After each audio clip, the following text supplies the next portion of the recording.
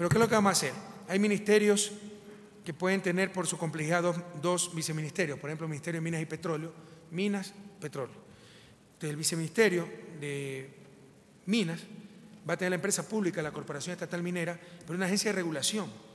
¿Qué es agencia de regulación? La que regula un sector, no las superintendencias que regulan cuestiones transversales y que están adscritas a un ministerio, ¿verdad? Y van a tener institutos que se dedican a la investigación, etcétera, con fines específicos. Entonces, con la nueva ley de empresas públicas que ya estamos terminando, vamos a hacer que las empresas públicas tengan primero una legislación especial que le dé la ventaja al sector privado, minimizando las desventajas del sector público. Ahora tienen las desventajas de ambos sectores, ¿verdad? Nuestras empresas públicas, sociedades anónimas, son de derecho privado, tienen todos los problemas del sector privado, sindicalismo, etcétera, y todos los problemas del sector público, control de Contraloría, problemas para gestionar, etcétera. Queremos revertir esa situación y hacer una institucionalidad de empresas públicas que tenga lo mejor del sector privado y del sector público, y esas empresas públicas que no vayan a ser manejadas por un fondo de solidaridad, por el amor de Dios, sino que las eléctricas vayan al Ministerio de Electricidad, telecomunicaciones vayan al ministerio que vamos a crear de telecomunicaciones, empresas mineras estén en el Ministerio de Minas, Petrocor esté en el Viceministerio de Petróleos, etcétera, ¿no? Y de esa forma tener un mejor control de nuestras empresas públicas en general y de los sectores estratégicos en particular. Sigamos.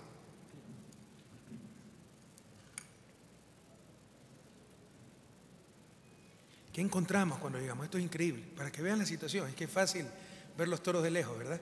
Yo no sé cómo este país se mantenía. Este era el mapa de las preasignaciones que tenía el presupuesto del Estado. Ni un chip de alta complejidad es tan complicado como esto. Era imposible manejar el Estado. Aquí hay preasignaciones hasta para personas naturales, para fundaciones, hasta universidades, para todo. ¿Por qué? Porque todo era en base al poder político, ¿no? Era diputado un rector de universidad, ñañito, ayúdame para una ley para preasignación a mi universidad. Y se creó este caos, ¿verdad? Este caos. En el espíritu de la nueva Constitución y de lo que dice un sano manejo de las finanzas públicas, ¿a dónde vamos? Solo a dos grandes preasignaciones: gobiernos seccionales autónomos y universidades y ciencia y tecnología. ¿Esto qué implica? Lo que ha molestado a muchos y muchos han malentendido. Por ejemplo, ustedes conocen que eliminamos, con la nueva ley de seguridad financiera, se eliminaron las contribuciones obligatorias para Solca, Junta de Beneficencia. Son muy respetables fundaciones, pero son fundaciones de derecho privado, porque si por ley yo voy a financiar una institución, entonces que es institución pública. Se supone que una fundación privada sin fines de lucro, el aporte va a ser voluntario de parte de los miembros que quieren dedicarse a esa actividad, la lucha contra el cáncer, toda la maravillosa actividad y obras que realiza la Junta de Beneficencia. Pero no tiene sentido, yo pongo una fundación, hago una ley para que todos los ecuatorianos obligatoriamente contribuyamos a esa fundación, por respetable que sea. Eso contradice el espíritu del derecho y la economía pública. En economía pública, solamente instituciones públicas pueden imponer intercambios no voluntarios. En otras palabras, por ley obligarte a dar una contribución. Las instituciones privadas tienen que proponer ese intercambio. Denme, por favor, una ayuda, ¿verdad? Primero eso, que tenemos que ordenar todas esas cosas. Este es un ejemplo. De estos había muchísimos ejemplos. Y segundo, era una preasignación.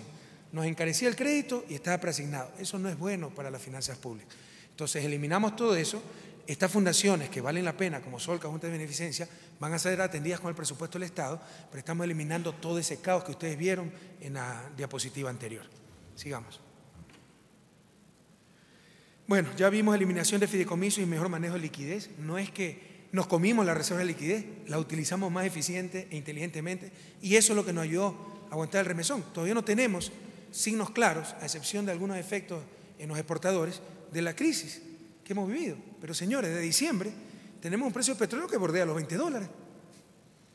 Eso en términos reales puede ser los $9 que viene en el 99, donde colapsó la economía al mando de Yamil Maguad, Democracia Cristiana, con todos estos analistas que pertenecían a esos gobiernos, a esas líneas, y que ahora nos quieren dar cátedra de cómo manejar la economía. Pero cuando ellos la manejaron, con una crisis similar, ya la economía estaba colapsada. Nosotros hemos aguantado el remesón porque hemos manejado muy prudentemente, pero inteligentemente, la economía, ¿verdad? Y entre otras cosas, con el mejor manejo de la liquidez. Bien. Sigamos rapidito. ¿Qué más estamos haciendo del sector público, del gobierno central? Planificación participativa y centralizada. Después de 30 años, el Estado ecuatoriano tiene un Plan Nacional de Desarrollo y créanme que es de los mejores del mundo. muchos países están siguiendo este ejemplo, es en verdad un instrumento de planificación, control de gestión, toma de decisiones muy importante. Veedurías regionales e implementación del Plan Nacional de Desarrollo, planificación y priorización de la inversión pública, pero esto no discrecionalmente. Se creó el Instituto de Preinversión. ¿Cuál era la situación del país? Además de que había una ley que prohibía invertir, supónganse que no hubiera habido esa ley. Porque con esa ley, si venía Bill Gates y me daba 10.000 millones de dólares, yo le podría decir, vea, para proyecto de inversión le decía, tómelo porque no puedo invertir, es ilegal. Así era la situación. Pero suponiendo que no fuera ilegal, si venía Bill Gates y decía, tenga 10.000 millones de dólares para los proyectos de inversión que tenga listos, perdíamos los 10.000 millones de dólares, no había absolutamente nada. Este país siempre hablaba de que necesitaba hidroeléctrica, refinería, no había absolutamente nada. Es otro motivo, esa es otra de las críticas injustas. En 2 años que han hecho, hacer los estudios, recuperar las cosas que se perdieron en la larga y triste noche neoliberal. ¿O acaso la construcción de una refinería, los estudios se hacen en 2 días? Toman un par de años hacerlo, una hidroeléctrica, etcétera, porque no había absolutamente nada, pese a que el país siempre hablaba de la necesidad de estas cosas, ¿verdad? Entonces se creó el Instituto de Preinversión para tener esta bolsa de proyectos, pero también se ha creado todo un programa para administración, priorización de la inversión de acuerdo a los diferentes escenarios económicos, todo en base a técnica, no en base a discrecionalidad. El Sistema Nacional de Información está en marcha. No quiero hacer perder el tiempo, porque ya están las páginas web. No quiero perder el tiempo con links, etcétera, pero todo esto ya está funcionando, al menos inicialmente.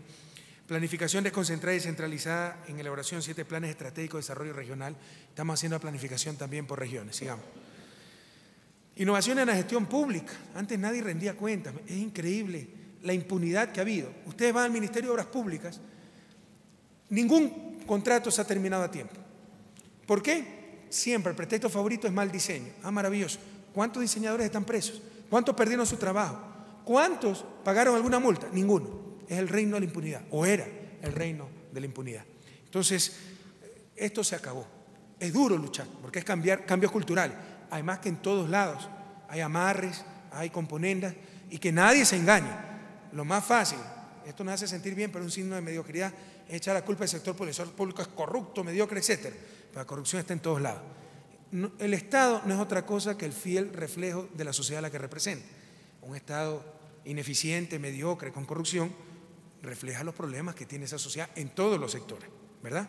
Entonces, por ejemplo, en el Ministerio de Obras Públicas, sí, tal vez había funcionarios corruptos que daban prórroga, daban contratos de Excel, pero también había contratistas más que corruptos y irresponsables que estaban acostumbrados a que para ganar un contrato, sabiendo que estaba mal el diseño, concursaban, sabían que no lo iban a completar en 2 años, pero sabían que 2 semanas antes hablaban con el funcionario de turno y les daba la prórroga. Entonces esto se acabó. Estamos poniendo mucho orden con mucha mano firme, ¿no? Pero es duro, porque implica también un cambio cultural.